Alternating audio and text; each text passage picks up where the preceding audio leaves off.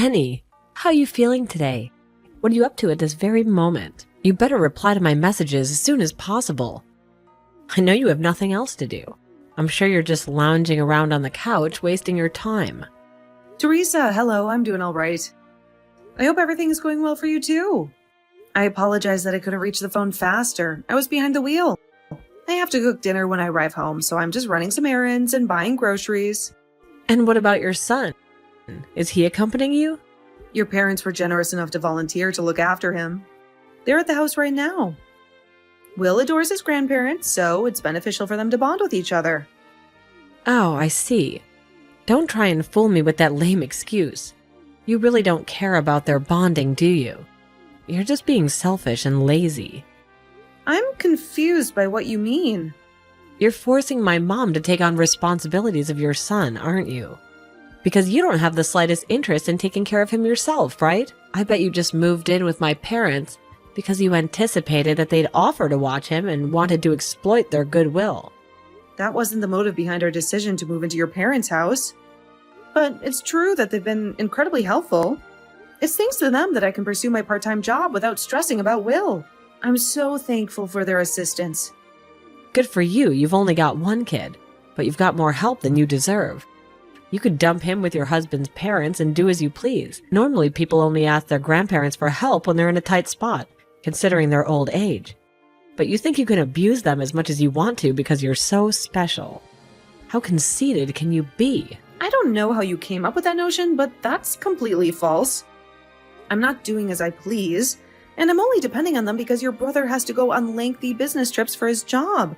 David's the one who initially proposed that we move in with your parents because he's gone so often. I'm handling as many of the household tasks as I can when I'm at home. And of course, I wish I could be at home all the time so I don't have to impose on them to watch Will. But I don't want to be totally dependent on them for money either. So I want to make some money so I can pay for some of the expenses myself. Oh, please. You're not as convincing a liar as you imagine you are. Jenny, I know that you don't genuinely believe any of that. You just want a part-time job so that my parents will be impressed by your work ethic. You just want to take advantage of them. I can't believe that you'd accuse me of just using them. I really am just doing what I think is best. I have 3 children, you know, and they crave to see their grandparents too. But because you're occupying my parents' space, I can't even drop by. Do you have any idea how long it's been since we last saw each other? My parents haven't even met my youngest. Do you understand? It's all your fault. You're obstructing my children's quality time with my parents. You're tearing apart our family because you can't bother to be taking care of one kid. I think it's remarkable that you're able to take care of 3 children.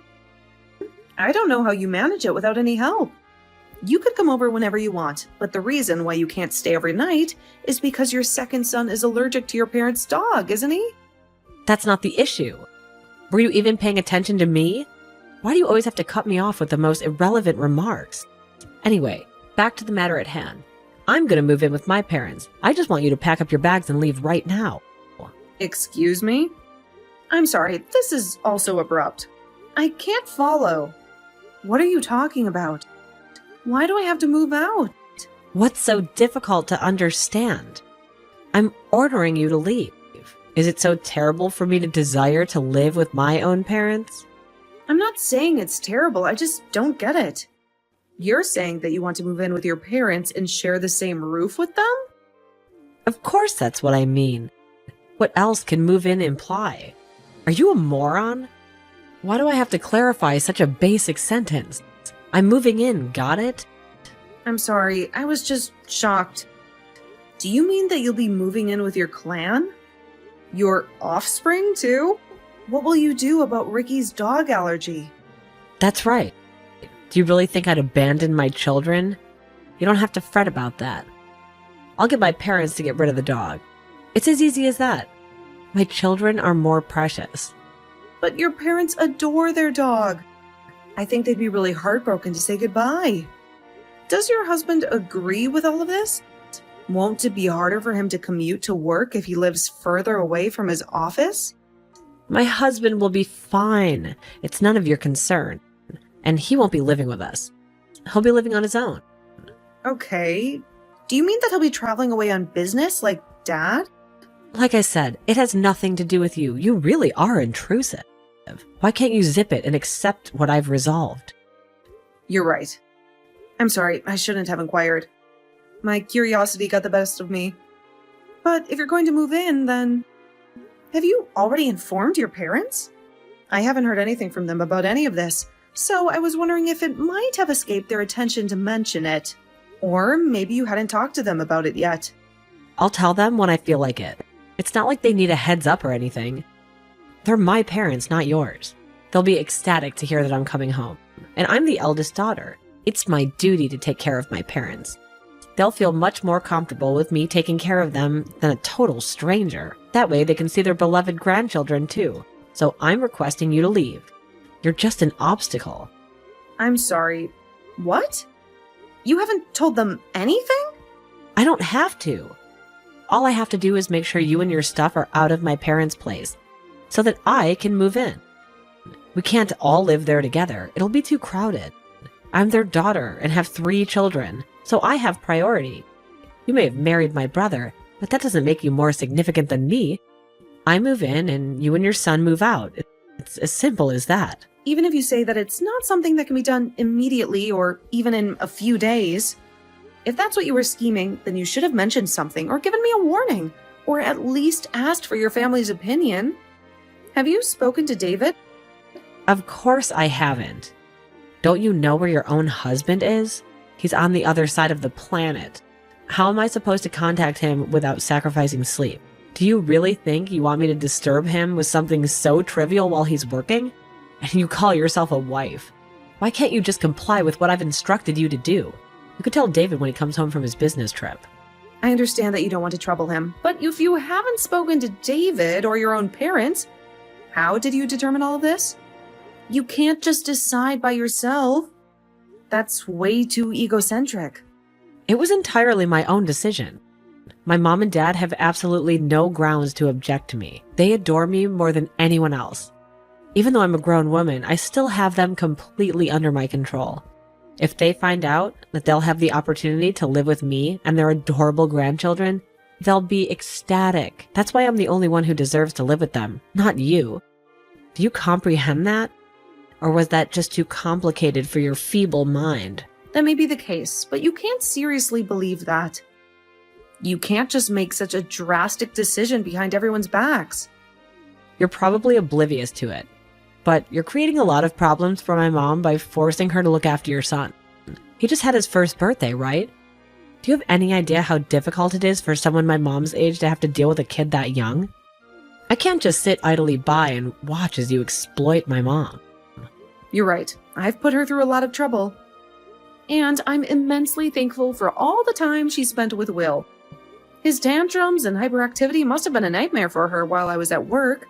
But you can't make this decision without her consent. Besides, your youngest is barely 6 months old, isn't she? I think that would be more of a hassle. Oh, give me a break. You think you're so superior to me. You're nothing but a nobody. I actually stay at home and take care of my own kids, rather than go out and work and squander my time. I don't need to ask my mom to babysit. I take pride in raising my kids myself. Neither one of us is better than the other. I admire you for being a stay-at-home mom with 3 kids. I happen to go out to work a part-time job. But why does that mean that I'm wasting my time? We're each doing what we think is best for our own situations. Isn't that enough? Either way, I can't just pick up and leave so easily. Why not? Because where am I supposed to go? How am I supposed to move all of mine and David's stuff without any assistance from David? Maybe I could move out after David comes back, but I can't find a place at such short notice, and I can't agree to a decision you made without consulting any of us. You can leave David's things. He's family, after all. We'll store his things safely until he comes back. You just have to take your stuff, your son, and get lost. You're being irrational. Why do I have to move out right now? Because I can't tolerate people like you who try to take advantage of my parents' kindness. Just because they offer to babysit doesn't mean you can use them like they're a daycare service. I never liked you even before you married David. But I thought I should respect his choice of partner. Now I know I should have made more fuss against you when I had the chance, but That relaxed attitude of yours really infuriates me. I'm sorry. Our conversation was going nowhere, so I asked if anyone knew why you'd suddenly start behaving like this. And your husband told me what's happening. I heard that you're going to get divorced. That's why you're so eager to kick me out, isn't it? What? What are you talking about? Why would you talk to my husband behind my back? When I asked your mom, she told me that she hadn't heard anything about you planning to move in and confirmed that she hadn't agreed to anything like that.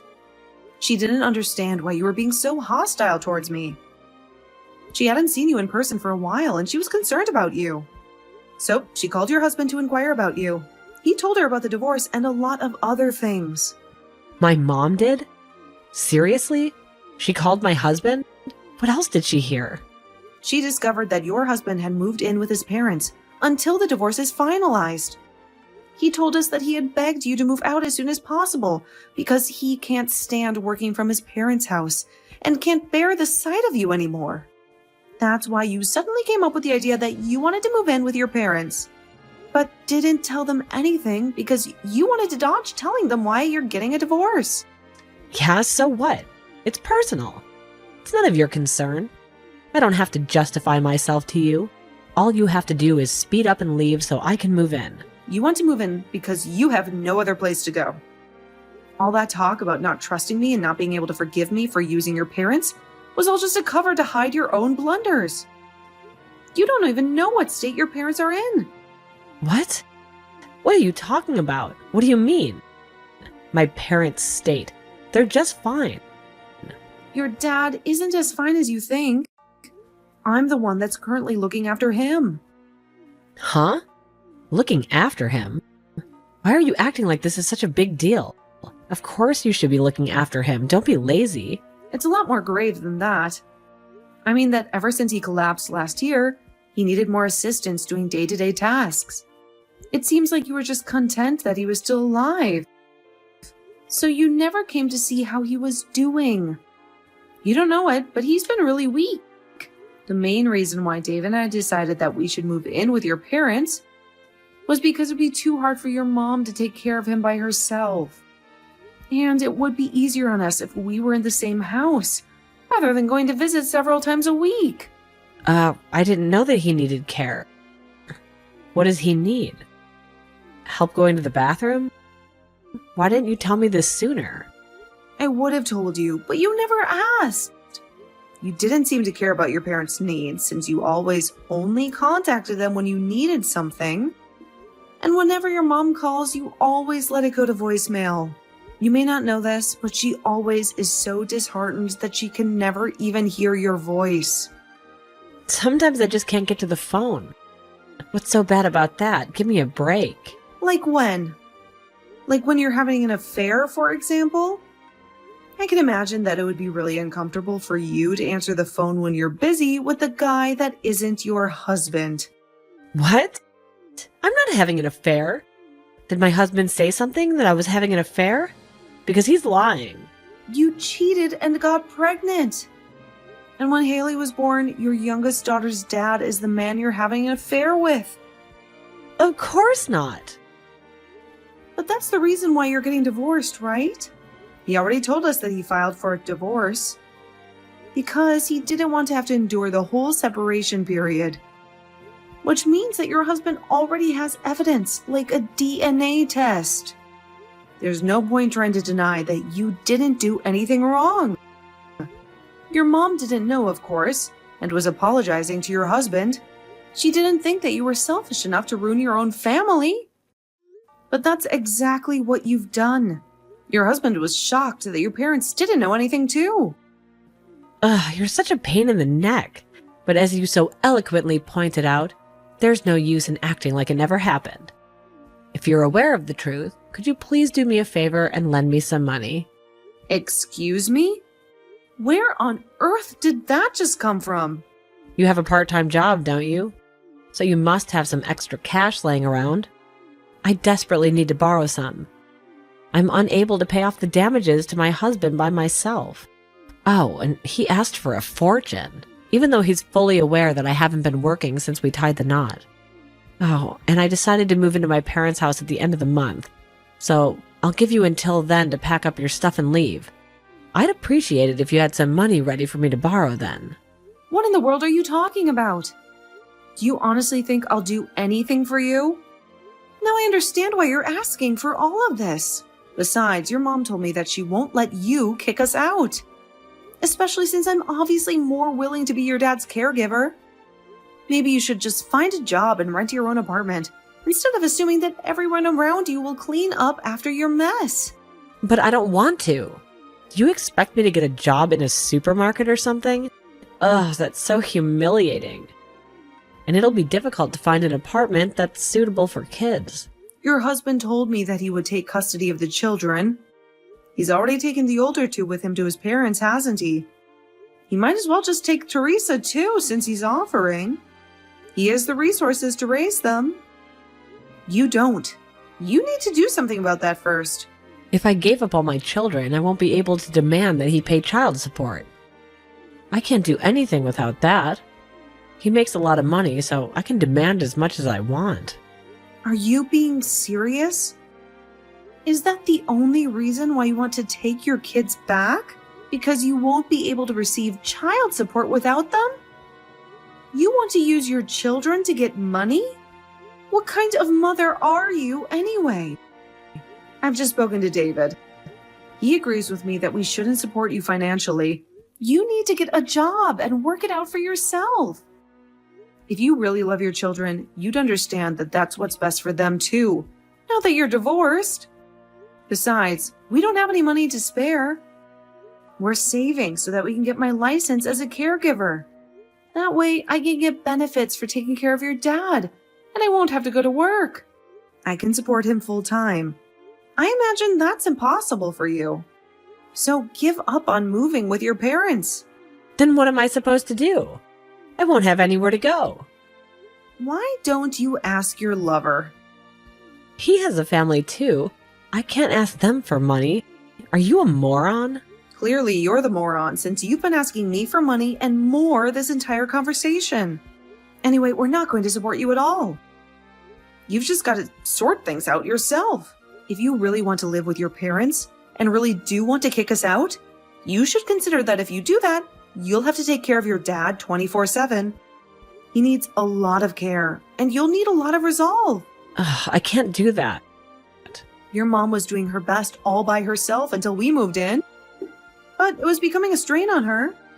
And that's why I've taken over most of the responsibilities. It's easier on her to take care of a 1-year-old that only weighs a few kilos rather than a grown man. So yeah, I don't think you can either. But you're the one that said the eldest daughter should take care of her own parents, remember? Then you should call a professional to do that.